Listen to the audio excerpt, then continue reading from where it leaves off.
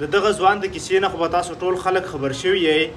ډېره دردونکې کیسه ده چې نوم یې تاج من الله دی. د شمالي وزیرستان نه په 2013 کې د شک په بنیاد باندې دغه ادارو اوچت کړی و او بیا مسلسل په پوجي جیل کې ټارچر کېدو او د هغه ټارچر کېدو نه پس د پرون په جیل کې دننه شهید شوی دی، وفات شوی دی.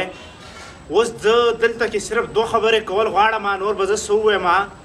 خو دا خو یو هغه خلکو ته وایم چې کوم خلک لګیا یي چې دا ډېر ښایسته ریاست دی، څوک په بهر ملک کې ناست دي، څوک دلته کې لګیا دي ګډې وډې وایي چې دا ډېر ښه ملک دی، دا ډېر ښه ریاست دی، دلته ښه فوج دی او فوج زنده‌باد او پاکستان زنده‌باد. هغوی ته دا خبره کوم چې د چا نه دا کیسه پټه نه ده.